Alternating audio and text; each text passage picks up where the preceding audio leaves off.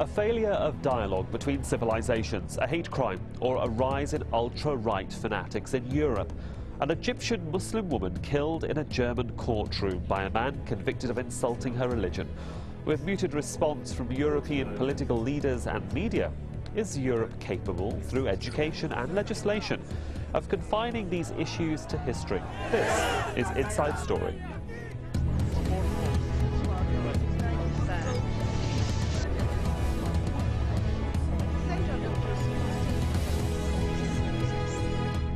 Hello, I'm Sahil Rahman. Welcome to the programme. German Chancellor Angela Merkel discusses an incident of hate crime with Egyptian President Hosni Mubarak at the G8 summit in Italy. The hate crime in question is the brutal killing of Marwa Al Sherbini, a 32-year-old pregnant Egyptian woman. She was stabbed to death 18 times in a German courtroom last week. The killer was sued by Marwa for harassing her and calling her a terrorist and an Islamic whore. In Egypt, the case has provoked angry protests, but German officials stress this was an isolated incident of hate crime and does not reflect its wider society. While the German authorities focus on court security, we ask, what about the underlying problem, the motivation behind the attack? Well, to discuss these issues, we're joined now by our guests. In London, Maleiha Malik, who's Professor of Law at King's College London and author of Anti-Muslim Prejudice, Past and Present. Also in London, Douglas Murray, Director of the Centre for Social Cohesion and author of Neoconservatism, Why We Need It. And in Cologne, Germany, Sulaiman Wilms, External Communications Officer for the European Muslim Union and editor of the German language newspaper, The Islamic Times. Welcome to you all. Maleiha, could I begin with you? Did you not find it strange that the media in Europe and Germany really didn't report or focus on the death of Marwa as a hate crime, but more focused on the lack of security within the court? Yes, I mean, obviously court security is an important issue, but the real story here was the fact that the very tragic death of Marwa in this case is the most extreme example of a growing phenomenon of anti-Muslim prejudice which is sweeping throughout Europe. Sulaiman, can I bring you in here? You were there in Germany, you're there in Cologne, obviously. You're hearing all about this case. Just tell me, do you think that both the public and the politicians missed, not so much a trick, but they missed the opportunity to capitalise on something that they could have possibly won the public over on, certainly an issue about race hate? I think it would be fair for the Muslims in Germany and for institutions like the European Muslim Union not to overstate the facts and not to come to rush conclusion.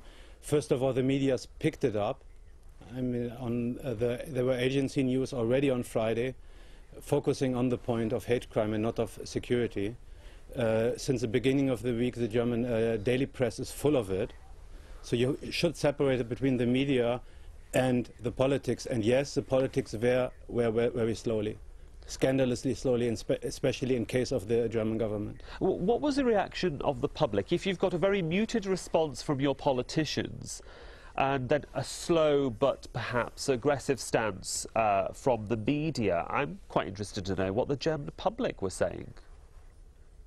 I don't see an organized will to mute a response. I think, first of all, it was a lack of realizing what has happened, because since in every society you have bloody crimes, because essentially it is a crime. Before everything, it is a crime. I think it took some days of realization that it was not just an individual crime, but it had at least a part of the motivation was motivated, as Professor Malik said, by an anti-Muslim prejudice. I wouldn't be too rushed and be too emotionalized, but I think it's a process that needs to go on. And also you have to realize this is the first time that something of this latitude and magnitude happened in Germany. So we don't have the experiences of it. I mean, we should be unhappy with the political response. I think to criticize the public as a whole, I find it a bit too much. Both the Secretary Generals of the Muslim and Jewish councils have visited the victim's husband, yes, who's also in hospital. He was caught up in the melee that occurred in court. From what you understand of the German media system and perhaps the culture, I mean, would the reaction have been different to this murder if it hadn't been a Muslim woman? I really, this way of argumentation, because later on we can talk a lot about prejudices Sure. and systematic prejudices. I wouldn't go that way. I really would not go that way. But I'm interested, even though you say we don't want to go that way, it is often the argument that the media, or should I say, it's often the stance that the media, whether it's Al Jazeera or BBC or CNN or any of the mainstream press, it's sometimes the way. I mean, what I'm trying to emphasise here is this is sometimes, what I'm saying is sometimes the way the media goes. I'm trying to get your reaction to it, so we will be, of course, discussing the alternative. But it's sometimes the way the media goes, isn't it? And it's wrong. Yeah, it is wrong, but you have to see the local circumstances. The trial was not in a big Western Germany town with many Muslims, with a tradition of Muslim immigrant. It was a big East German town with a very small Muslim population. Things of this kind don't happen there usually. So there may be even, because every reporting starts with local medias, as you know, and then it transformed to regional and nationwide. So I think it has more to do with the local things, and of course then with the public statements of the prosecutor's office, the local government and the state government. I think that might be the main reason, the technical reason, why it took such a long time for the German public and media to pick on. Maleiha, can I just bring you in here just to get your opinion on the position of what I just said and what you just heard from Sulaiman? Yes, I mean, I do agree that local circumstances and also individual responsibility of the person who murdered this woman is really important. But I also think it's really important to look at the wider political context and the responsibility of the state and politicians. Because we've got circumstance in Germany where there has been state-sponsored discrimination against Muslims, whether it's discrimination on the grounds of the headscarf, or the Baden-Württemberg circumstances where the Baden-Württemberg state introduced a special citizenship test that was targeting its Muslim citizens. So I think that creates a wider atmosphere in which people feel it's legitimate. They get a green light to be able to vilify and discriminate against Muslims, and in the most extreme case, as in this case, motivates them towards violent acts. I don't think that we would disagree with that, but no, please come in. Please come in, Wilhelm. Can I educate? You have to understand a bit the political structure of Germany, because unlike England and France, we don't have in certain aspects central government, we have federal government. So in a lot of the issues, most of the issues where Muslims are, except security policy, where Muslims are involved, it's an individual state. Maleiha, I just want to bring you in here. I mean, how important then is it for the Jewish General Secretary of the Council in Germany to, you might say, hold hands with his Muslim counterpart and show a very united front? I mean, what sort of messages are groups like this showing that perhaps our politicians aren't, generally speaking? I think it's a really positive sign, which I very much welcome. It reflects trends within Britain as well, of alliances between Muslim and Jewish groups. I also think it's important because I think that although at this particular time it seems that prejudice against Muslims is something distinct and unique, I think it's best understood as a long-standing trend within Europe of racism and anti-Semitism, and it's a problem that I think groups such as Muslims and Jews should unite around. Sulaiman, back in August 2000, an African immigrant from Mozambique was kicked to death by 3 skinheads.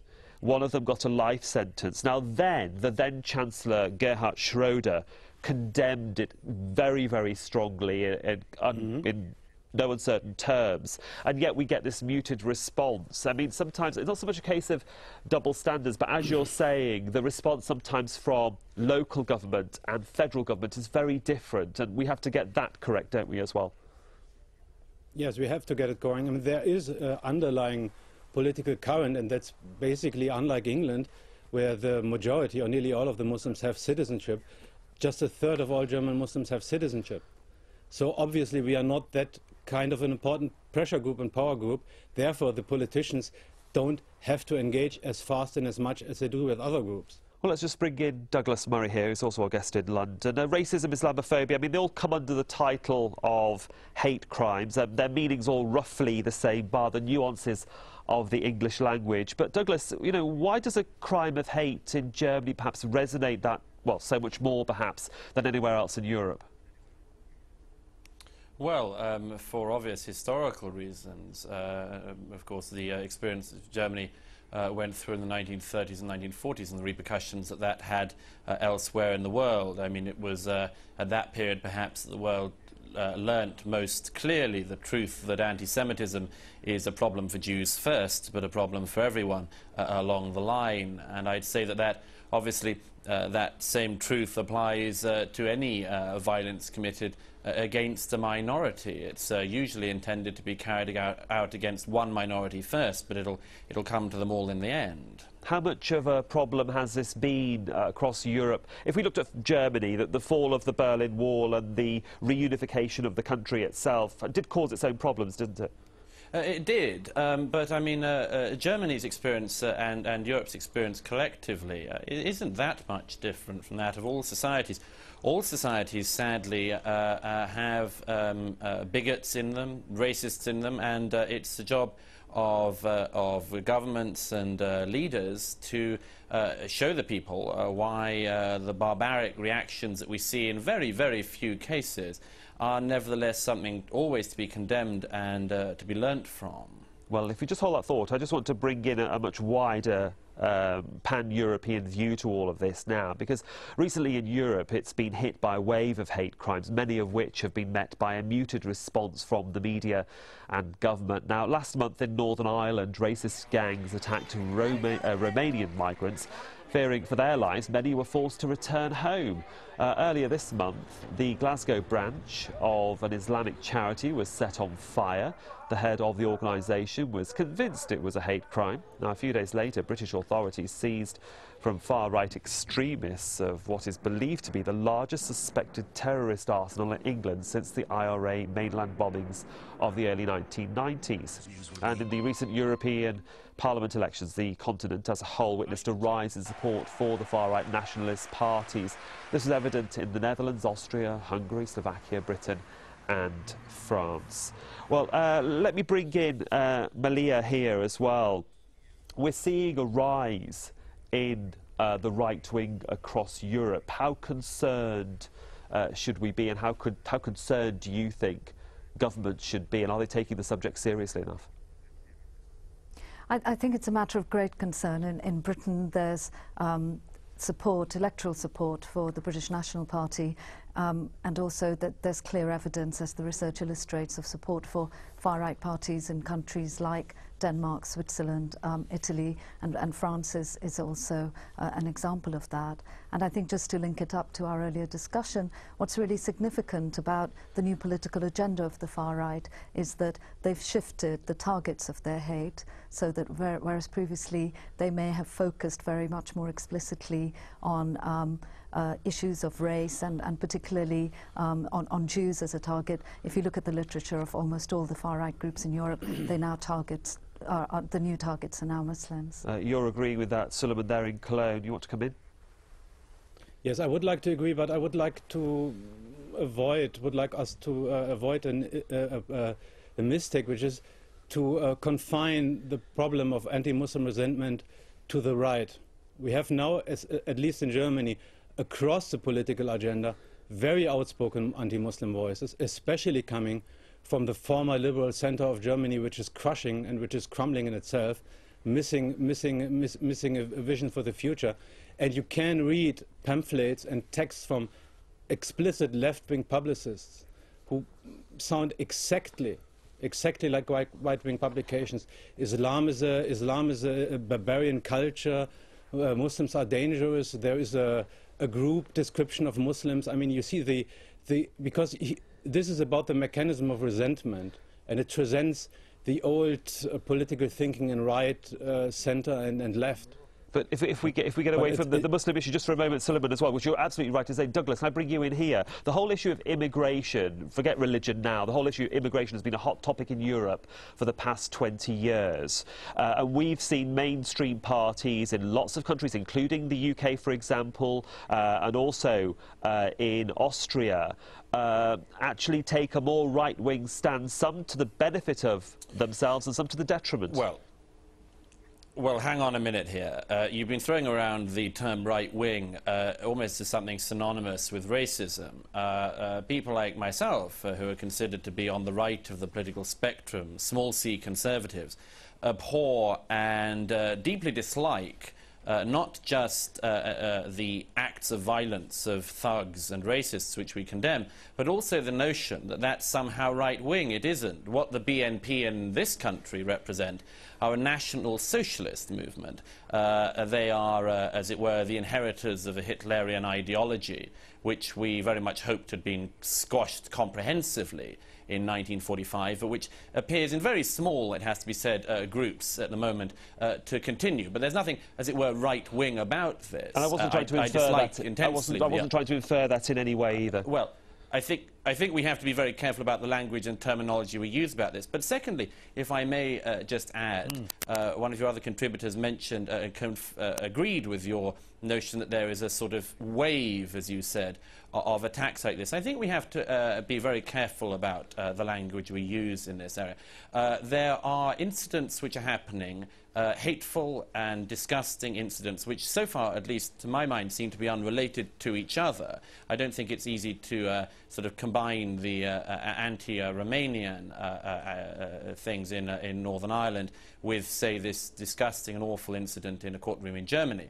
I don't see a wave happening. I think apart from anything else, we've got to be careful not to talk this up, because there may be a time when we need to use terminology like that, sadly. And now isn't necessarily the point, and it doesn't help, I think, the discussion. What we certainly do see in Europe, and which is undeniable, is that the mass immigration, the unparalleled mass immigration into Europe and Britain in recent decades has meant that native populations in very large parts feel that they have been sidelined. There are good reasons for them feeling like that, and there are bad reasons for them feeling like that. It's the responsibility of mainstream politicians to address those grievances.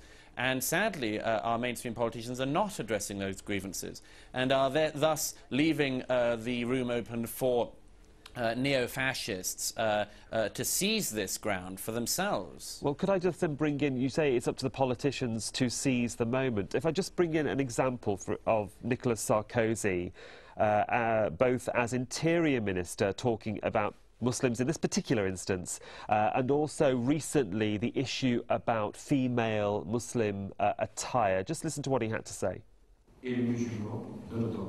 This is a symbol of the peaceful relationship that exists between the Republic and the Muslims of our country. I see the virtue of a true dialogue between the public authorities and the Muslims of France. I'd like to give you the power to speak. I really believe that it's essential today for French society to listen to the Islam of France. The issue of the burqa is not a religious issue. It is a question of freedom and of women's dignity. The burqa will not be welcomed on the territory of the French Republic. We cannot accept that in our country some women be imprisoned behind a fence, cut from all social life, deprived of identity. That is not a principle that the French Republic has about women's dignity. Even if we take that subject to one side, Maleiha Malik, mixed messages often come from politicians. That must confuse a lot of French Muslims, surely. Yes, I mean, you know, that contrast that you've shown in the two comments by Nicolas Sarkozy couldn't make the issue of the mixed messages more clear, because on the one hand he says he wants a public debate, and yet on the issue of the burqa he's actually preempted any sort of dialogue or debate by stating as a fact issues about what in fact a symbol of clothing means, before the inquiry that he says he wants to have, before any public debate, before any legislative debate in the National Assembly. And I think what this confirms is that politicians throughout Europe, Nicolas Sarkozy in France, but also other politicians, are behaving in a very irresponsible way. Rather than tackling prejudice, rather than tackling far-right misinformation, they're in fact appeasing this type of prejudice and this type of far-right attitudes and political action. Would you agree with that, Sulaiman, in Cologne? Certainly I do agree in general, but I have to go back to Mr. Marwa, because you see, you link the matter of Muslims in Europe to immigration. And as we stated as a European Muslim Union quite strongly very often, the relative majority of Muslims in Europe are genuine Europeans. You have dozens of millions of Muslims living in Russia, in the Balkans, in Eastern Europe, in European Turkey, yes, and a growing number of Muslims who are born in Europe. So they have to be considered. Now, it's very clear, because we should not mix the subject of racism with anti-Muslim resentment. Pardon me, but Britain, where I'm sitting at the moment, had no meaningful Muslim population at all until the last 4 or 5 decades. So there was no native Muslim population. True. No, that's not true, because all the systematic research shows that there were not huge numbers, but there have been significant numbers of Muslims in Britain since the early modern period, since about the 16th century. It simply isn't true. Today we have. Well, there's a book by Nabil Mattar, who's the leading authority on the subject, that contradicts Mr. Murray on this point. I don't mind if he contradicts me. I'm perfectly willing to be contradicted. But it's a simple observation from any census in this country you look at, that there was no significant Muslim population in this country until the mid-20th century onwards. That population now consists of more than 2 million people in this country. That is a very large, at the very least, upsurge, shall we say, in the percentage of the population which is Muslim, and it is noticed by the majority of people in Britain. And I don't think it's denied by the majority of people in Britain. But if I could just get back quickly to the issue of Mr. Sarkozy, President Sarkozy, and the issue of the burqa. It is the right, whatever you feel about it, it is the right of the elected president of a republic like France to say where France draws the line, what behaviour it permits and what behaviour it will not permit. I myself am amazed at those people who talk about the importance of dialogue, shutting down dialogue when it begins. Mr. Sarkozy, it seems to me, has the right to say, and I think is correct in saying, that the burqa is itself a kind of fascist symbol. It is a symbol of extremism. It is not the answer to extremism.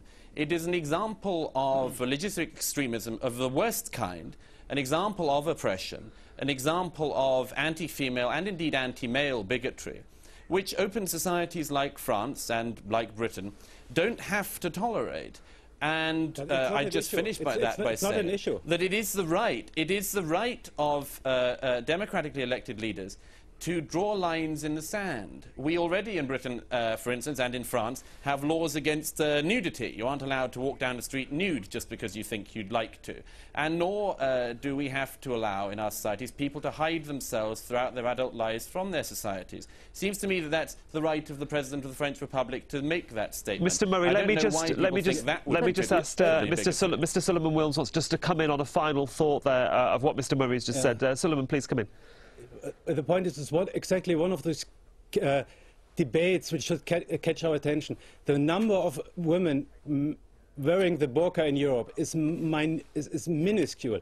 It's not condoned by the majority of the practicing Muslims in Europe. It's not a subject. At the same time, Mr. Sarkozy wants to prohibit it in France. He's doing a $1 billion deal with Abu Dhabi to build a military base where the women are wearing habitually the burqa.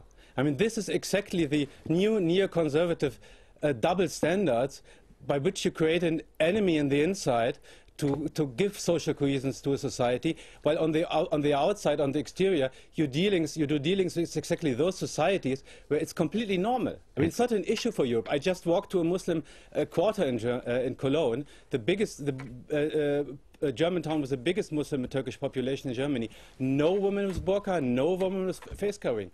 It's a zero issue.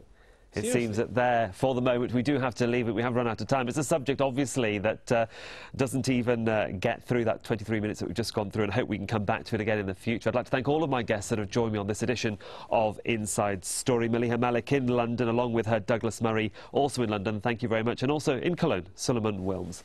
And a very big thank you to you for joining me on this edition of Inside Story. Do welcome your comments and suggestions. Please do email them to us at insidestory@aljazeera.net. Until next time, goodbye.